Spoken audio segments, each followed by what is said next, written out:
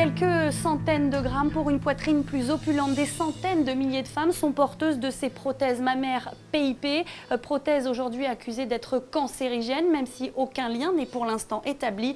On y consacre votre émission cette semaine. Au sommaire de ce numéro, nous avons suivi une femme qui a fait le choix par précaution de se faire enlever ses prothèses PIP. En France, 1 millier d'implants se sont déjà rompus. C'est pour éviter cela qu'elle a fait le choix de l'opération.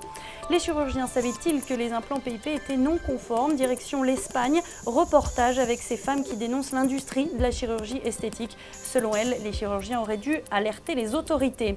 Comment les implants mammaires PIP sont-ils passés entre les mailles du filet? Le retentissement de l'affaire est colossal. Les prothèses, en général, hanches, genoux, chevilles ou pacemakers, sont-ils mal contrôlés? On verra ça dans notre émission. Depuis le début du scandale PIP, les patientes sont extrêmement nombreuses à avoir demandé qu'on leur retire ces prothèses censées être défectueuses. Près de 600 en France. On appelle ça une explantation. Nous avons suivi l'opération. Reportage. Dans quelques heures, Annie sera débarrassée de ses prothèses PIP. Elle les porte depuis plus de 10 ans. Aujourd'hui, elle a une douleur au sein gauche. Et depuis l'affaire PIP, elle a décidé de les faire changer, tout en gardant son calme.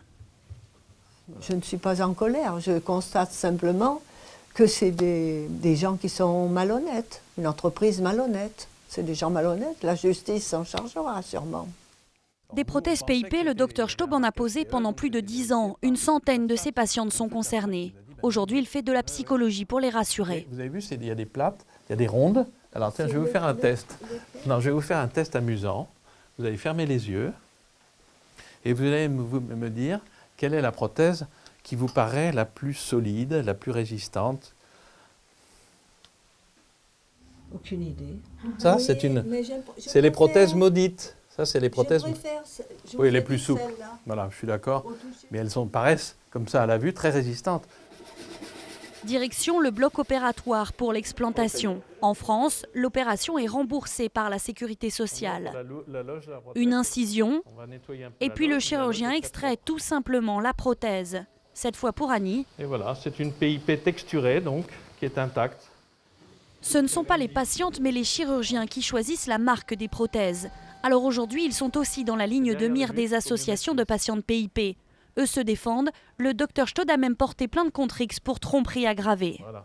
Certaines femmes ont considéré qu'on aurait dû faire un examen chimique de leur implant avant de les mettre en place, ce qui est impossible. On ne peut pas refaire un contrôle chimique de l'implant pour savoir ce qu'il y a dans le gel. Depuis le mois de décembre, le docteur Staub a pratiqué seulement 3 explantations. Pas plus, car pour lui, il n'y a pas d'urgence. Et l'affaire PIP est loin d'avoir dégoûté ses patientes de la chirurgie esthétique. Alors, ce qui est assez spectaculaire, c'est que même celles qui ont eu très peur des PIP, aucune ne demande l'explantation pure. Aucune ne veut rester sans prothèse. C'est-à-dire qu'elles n'ont pas été dégoûtées par l'histoire PIP. Voilà, donc les prothèses PIP ont été décontaminées, comme il se doit après une explantation. Le chirurgien accepte alors de nous montrer le gel incriminé. On ne sait pas exactement ce que cette prothèse PIP contient, mais même en cas de rupture, il exclut la possibilité d'un cancer causé par ce gel. Les femmes qui ont eu ça, elles se sont fait tout de suite réopérer, parce que c'était douloureux. Mais ce n'est pas dangereux au niveau cancérologique. Ça, c'est une erreur de dire que ça risquait le cancer. Annie Picot a aujourd'hui une nouvelle paire de prothèses mammaires. Comment ça va ?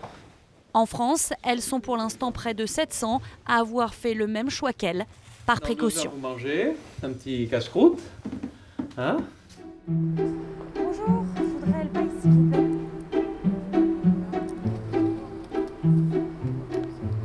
Merci beaucoup.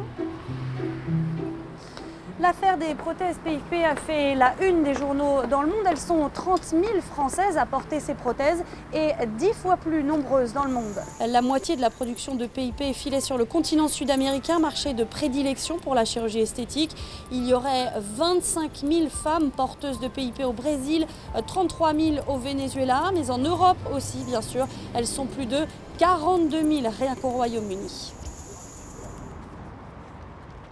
Pour Pour l'instant, très rares sont les autorités sanitaires dans les différents pays à avoir demandé aux femmes porteuses de prothèses PIP de se les faire retirer, comme c'est le cas en France. En Espagne, les juges pourraient bientôt avoir beaucoup de travail. Elles sont 8 à 12 000 porteuses d'implants PIP. Certaines veulent porter plainte devant la justice. Elles reprochent aux chirurgiens esthétiques de n'avoir pas dénoncé ces prothèses. Reportage sur place. C'est à Valence, sur la côte méditerranéenne, que nous avons rencontré plusieurs femmes espagnoles victimes d'implants mammaires PIP défectueux. Marga sort de sa clinique privée et elle ne sait toujours pas quand elle pourra être opérée. On est au moins 300 à être sur la liste pour se faire enlever les prothèses PIP. Son cas est pourtant dramatique. En 2004, elle s'est fait poser des prothèses PIP qui se sont rompues. En 2009, elle les a fait remplacer, mais des morceaux de prothèses sont restés dans son corps. C'est pour les retirer qu'elle a besoin d'urgence de se faire opérer pour la 3e fois. Ce sont des morceaux gros comme des olives qui se promènent au niveau des aisselles. Le chirurgien m'a annoncé qu'il faudrait enlever tous ces morceaux avec des pinces, mais qu'il savait faire, qu'il n'y avait pas de problème. 2 ans plus tard, vous voyez, il ne m'a toujours pas opéré. Le problème, c'est que la douleur ne s'en va pas avec un simple anti-inflammatoire, parce que c'est un corps étranger que tu as en toi et qu'il t'est impossible d'enlever. Les femmes qui ont vécu ces ruptures de prothèses seraient plusieurs milliers, rien que dans la région de Valence. 8 à 12 000, selon l'association des victimes dirigée par Eva. Ici, selon elle, le bistouri est un business au mépris de la santé. Juste ici, il y a une clinique. Nous sommes beaucoup à avoir été opérés ici. Moi, j'appelle ça des supermarchés de l'esthétique. Beaucoup de prothèses PIP ont été implantées dans cette clinique. Nous sommes ici dans le quartier de la Gare où les cliniques de chirurgie esthétique ont poussé comme des champignons.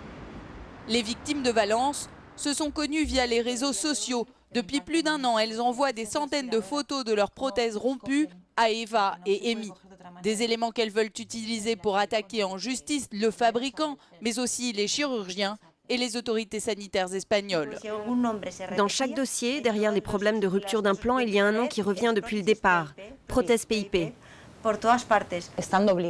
Les médecins ont l'obligation de signaler les ruptures d'implants, mais ils ne l'ont pas fait. Et concrètement, quand ils avaient dans leur cabinet 3, 4, 5 ruptures de PIP par mois, ils n'ont rien dit à personne. C'est grâce à la France qu'on s'est senti soutenu. C'est là que notre association a pu se faire connaître dans les médias. Sans ça, on serait resté sans voix. L'association compte fédérer les plaintes d'au moins 1500 victimes des PIP pour aller au procès en dénonçant toute une chaîne de responsabilité. Nous sommes chez Sebain, dans une usine de fabrication de prothèses mammaires. Ici, on est très loin de l'exemple PIP. L'entreprise a décidé de nous ouvrir ses portes et de jouer la transparence et la sécurité sanitaire. Ici, ça n'est pas une plaisanterie. Habillage obligatoire.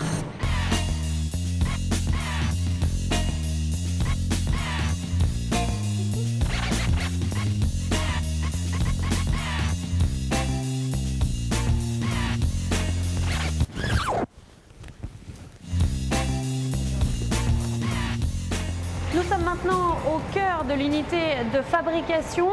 Monsieur, comment est-ce que vous assurez que vos prothèses sont sans danger? Nous avons à peu près 10 étapes de fabrication pour fabriquer une prothèse. À chaque étape de fabrication, il y a des contrôles. Nous contrôlons 100% de nos implants de manière visuelle ou à travers un certain nombre de tests laboratoires. Et en plus de cela, nous avons eu par exemple l'année dernière un contrôle inopiné de l'AFSAP, ce qui s'est très bien passé pour nous ainsi que pour les autres fabricants français.